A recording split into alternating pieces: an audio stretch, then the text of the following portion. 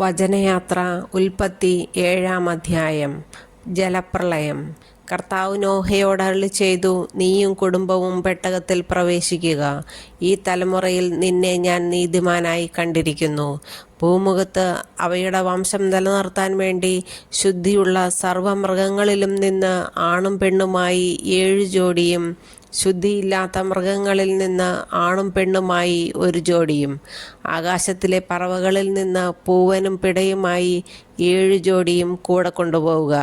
7 ദിവസവും കൂടി കഴിഞ്ഞാൽ 40 രാവും 40 പകലും ഭൂമുഖത്തെല്ലാം ഞാൻ മഴ പെയ്യിക്കും. ഞാൻ സൃഷ്ടിച്ച സർവ്വജീവജാലങ്ങളെയും ഭൂതലത്തിൽ നിന്ന് തുടച്ചു മാറ്റും.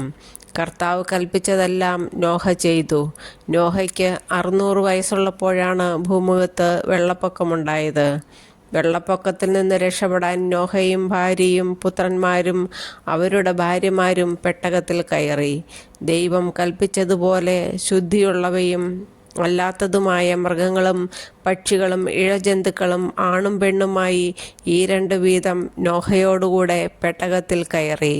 7 ദിവസം കഴിഞ്ഞപ്പോൾ ഭൂമിയിൽ വെള്ളം പൊങ്ങി തുടങ്ങി. നോഹയുടെ ജീവിതത്തിൻ്റെ 600-ാം വർഷം 2-ാം മാസം 17-ാം ദിവസം അഗാധങ്ങളിലെ ഉറവകൾ പൊട്ടിയൊഴുകി ആകാശത്തിൻ്റെ ജാലകങ്ങൾ തുറന്നു. 40 രാവും 40 പകലും മഴ പെയ്തുകൊണ്ടിരുന്നു. അന്ന് തന്നെ നോഹയും ഭാര്യയും അവൻ്റെ പുത്രന്മാരായ ഷേം, ഹാം, യാഫത്ത് എന്നിവരും അവരുടെ ഭാര്യമാരും പെട്ടകത്തിൽ കയറി. അവരോടൊത്ത് എല്ലായിനം വന്യമൃഗങ്ങളും കന്നുകാലികളും ഇഴജന്തുക്കളും പക്ഷികളും പെട്ടകത്തിൽ കടന്നു. ജീവനുള്ള സകല ജഡത്തിലും നിന്ന് 2 വീതം നോഹയോടുകൂടി പെട്ടകത്തിൽ കടന്നു. സകല ജീവജാലങ്ങളും നോഹയോട് ദൈവം കൽപ്പിച്ചിരുന്നതുപോലെ ആണും പെണ്ണുമായാണ് അകത്ത് കടന്നത്. കർത്താവ് നോഹയെ പെട്ടകത്തിൽ അടച്ചു.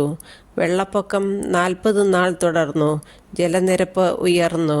പെട്ടകം പൊങ്ങി ഭൂമിക്ക് മുകളിലായി. ഭൂമിയിൽ ജലം വർദ്ധിച്ചുകൊണ്ടേയിരുന്നു. പെട്ടകം വെള്ളത്തിനു മീതെ ഒഴുകി. ജലനിരപ്പ് വളരെ ഉയർന്നു. ആകാശത്തിൽ കീഴെ തലയുയർന്നു നിന്ന സകല പർവ്വതങ്ങളും വെള്ളത്തിനടിയിലായി. പർവ്വതങ്ങൾക്ക് മുകളിൽ 15 മുഴം വരെ വെള്ളം ഉയർന്നു.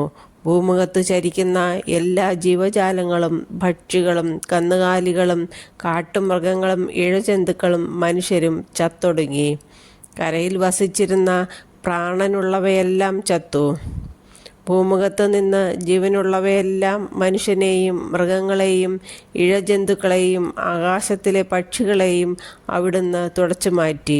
നോഹയും അവനോടൊപ്പം പെട്ടകത്തിലുണ്ടായിരുന്നവരും മാത്രം അവശേഷിച്ചു. വെള്ളപ്പൊക്കം 150 ദിവസം നീണ്ടു നിന്നു.